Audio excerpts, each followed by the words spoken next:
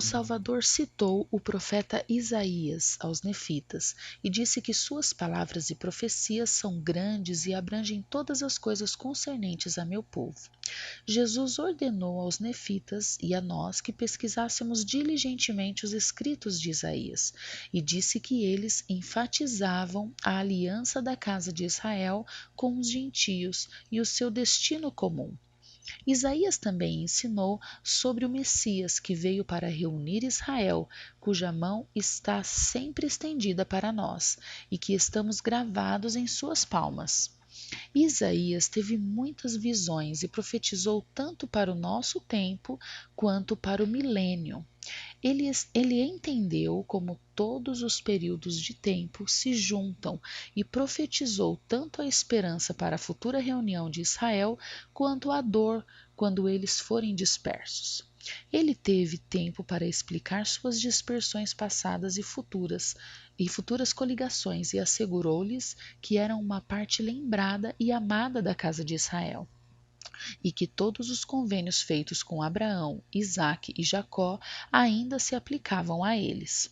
Essas pessoas tinham acabado de passar por uma terrível destruição e literalmente viram montanhas se movendo ao seu redor e pensaram que haviam sido cortados sem raiz ou galho. Nesses capítulos vemos muitas maneiras lindas pelas quais o Senhor trabalha continuamente para trazer seu povo para casa e ser feliz por meio de suas promessas, bênçãos e oportunidades. Deus fez um convênio com Abraão de que sua posteridade seria numerosa e um povo escolhido de sua linhagem incluía o Salvador. Eles receberam o Evangelho, possuíam um sacerdócio e herdaram certas terras com a responsabilidade de levar as bênçãos do Evangelho a todo mundo. Abraão teve um filho chamado Isaque, e Isaque teve um filho chamado Jacó, cujo nome foi dado para Israel. Portanto, a casa de Israel são os descendentes de Jacó, que a aliança e as bênçãos de Abraão continuam. Leí examinou as placas de latão e descobriu que era da tribo de José, o filho de Jacó que se tornara Israel. Nefe disse que ser contado na casa de Israel e receber essas bênçãos não era tanto uma questão de linhagem, mas de fazer e cumprir convênios com o Senhor. As tribos de Israel tinham o sacerdócio e as bênçãos do Evangelho, mas se rebelaram, mataram os profetas e foram punidas. 10 das tribos foram levadas cativas para a Síria e se perderam para o mundo, mas não para o Senhor. As 2 tribos restantes de Judá e Benjamim também se rebelaram e foram levadas cativas para a Babilônia. Um amoroso, mas pesaroso Pai Celestial espalhou Israel por todas as nações, mas prometeu que eles seriam reunidos novamente quando se lembrassem e guardassem o convênio abraâmico. Na alegoria da oliveira, essa dispersão ocorreu quando a árvore adoeceu por causa de convênios quebrados, mas acabou abençoando a vinha quando os ramos foram espalhados por outras partes do mundo. O termo gentios nas Escrituras se refere a pessoas que não nasceram na casa de Israel ou nações sem o Evangelho, mas os gentios que conhecem e amam o Salvador e guardam seus convênios com ele são contados com a casa de Israel. O Salvador profetizou que os gentios fariam parte da dispersão de Israel e depois os ajudariam a ser reunidos à medida que ganhassem um testemunho do Redentor, aprendessem a plenitude de seu evangelho restaurado e se filiassem à sua igreja. O Senhor deseja que todos os seus filhos tenham as bênçãos do convênio da casa de Israel e prometeu aos gentios que, quando se arrependessem e viessem a ele por meio do batismo, seriam incluídos no seu povo do convênio. Jesus profetizou sobre a coligação temporal da casa de Israel e prometeu aos nefitas que eles receberiam as terras das Américas como herança e que os gentios seriam estabelecidos na terra e estabelecidos como um povo livre pelo poder do Pai.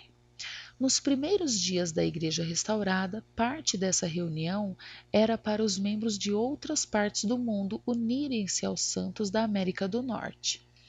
Em nossos dias, achegar-se a Cristo não é um local físico, mas um compromisso individual, e podemos ser levados ao conhecimento do Senhor sem ter que deixar nossa pátria.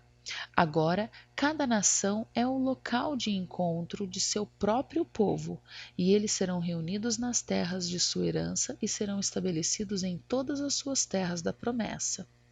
Israel é reunido onde quer que os santos justos recebam um testemunho do Redentor, seu evangelho restaurado e filiem-se à igreja. No futuro, a casa de Israel será fisicamente reunida nas terras de sua herança com a responsabilidade de construir a cidade de Nova Jerusalém e restaurar a cidade original de Jerusalém como herança para os judeus. Jerusalém é definida como uma cidade de paz, que é sempre quando Cristo habita lá. Mas por enquanto há uma reunião espiritual acontecendo e primeiro precisamos cumprir nossos convênios antes de sermos reunidos em nossas terras do convênio. A estaca central de Sião acabará por ser em Independence, Missouri, a Nova Jerusalém. Mas cada estaca e seus membros em todo o mundo podem alcançar essa organização e condição de coração. Sião não é tanto um lugar onde iremos viver, mas como iremos viver, e é uma condição do nosso coração e mente. A igreja que Jesus estabeleceu caiu em apostasia, e o Senhor disse que seu servo Joseph Smith, que vivia em uma nação gentia e era um descendente literal de Jacó, ajudaria na grande e maravilhosa obra de restaurar o Evangelho e trazer à luz o livro de Mórmon. Terceiro Nef 21 nos diz que seu surgimento é um sinal para o mundo de que o Senhor começou a reunir Israel e cumprir os convênios que fez com Abraão, Isaque e Jacó, de que a verdade viria aos gentios, por meio de sua tradução. O livro de Mórmon desempenha muitos papéis na coligação de Israel e foi escrito para convencer todas as pessoas de que Jesus é o Cristo, acreditar em seu evangelho e filiar-se à sua igreja. Jesus disse que enviaria Elias antes do grande e terrível dia do Senhor. No domingo de Páscoa de 1836, ele restaurou as chaves do poder selador a Joseph Smith e Oliver Cowdery no templo de Kirtland para que pudéssemos estar unidos a nossos antepassados e posteridade. Joseph Smith disse-nos na 10ª regra de fé: cremos na coligação literal de Israel e na restauração das 10 tribos. O livro de Mórmon nos ensina que o convênio abraâmico será cumprido nesses últimos dias. Como povo do convênio do Senhor, é nosso privilégio e responsabilidade levar a mensagem do Evangelho ao mundo e fazer parte do cumprimento dessa profecia. Reunimos os eleitos do Senhor em ambos os lados do véu por meio do trabalho missionário e no templo, onde somos levados ao conhecimento de nosso Redentor e recebemos suas bênçãos finais. O principal objetivo de reunir o povo de Deus em qualquer momento era construir uma casa para o Senhor, onde ele pudesse revelar suas ordenanças, as glórias de seu reino e ensinar ao povo o caminho da salvação. Torna-se um estandarte para as nações e ajuda Israel e nós a conhecer Cristo e retornar aos nossos convênios.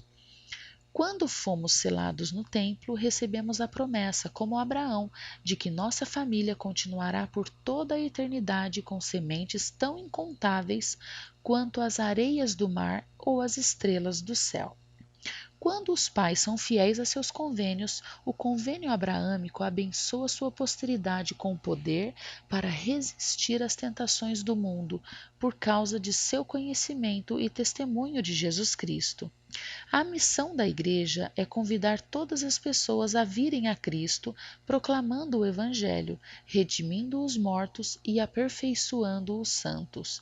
E nos é dito em 3 Nef 22:17 que nenhuma arma forjada contra você deverá prosperar.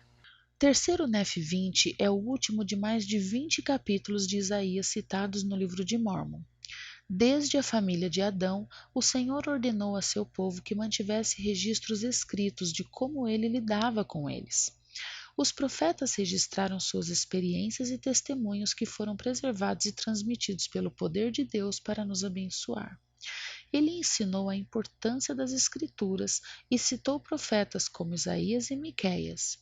Em 3 Nef 23, Jesus ordenou a Nef que trouxesse seus registros e observou que as profecias de Samuel sobre as pessoas ressurgirem dos mortos quando a ressurreição começou não existiam. Essa importante profecia deu testemunho da realidade da ressurreição de todos, não apenas do Divino Salvador. Essas pessoas nunca conheceram Jesus como um ser mortal e precisavam aprender que a ressurreição física acontece a todas as pessoas. Ele ensinou as profecias do profeta Malaquias que não estavam nos registros dos nefitas, desde que ele viveu 2 séculos depois que Leí deixou Jerusalém, e então expôs todas as coisas desde o início até o fim. Havia muitas coisas que Jesus fez com que as pessoas escrevessem em seus registros, e ele lhes disse para ensinar o que ele havia exposto a eles. Mormon disse que não poderia escrever nem mesmo a 100ª parte das coisas que Jesus ensinou ao povo e que estava prestes a escrever mais. Mas o Salvador não permitiu e disse que queria provar a fé de seu povo.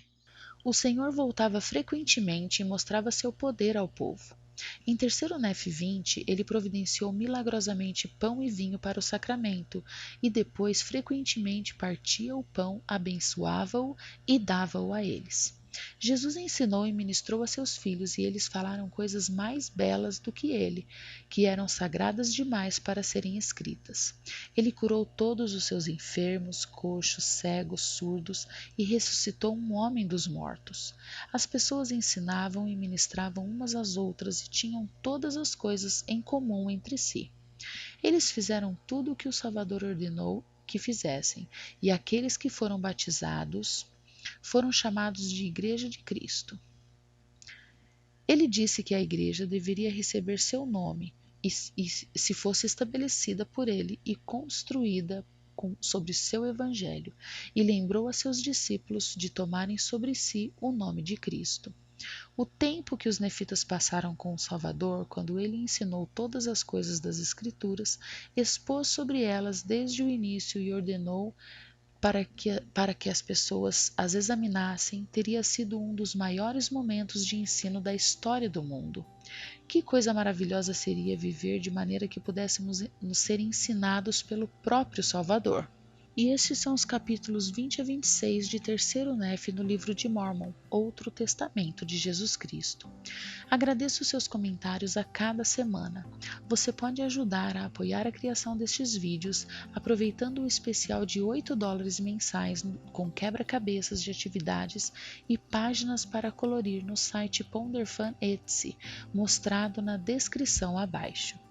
Se você gostou deste vídeo, inscreva-se neste canal do YouTube, curta e compartilhe a página da Ponderfun no Facebook e compartilhe com quem você acha que possa gostar, e continuarei fazendo novos. Obrigada novamente por assistir e encontrar algum tempo esta semana para refletir.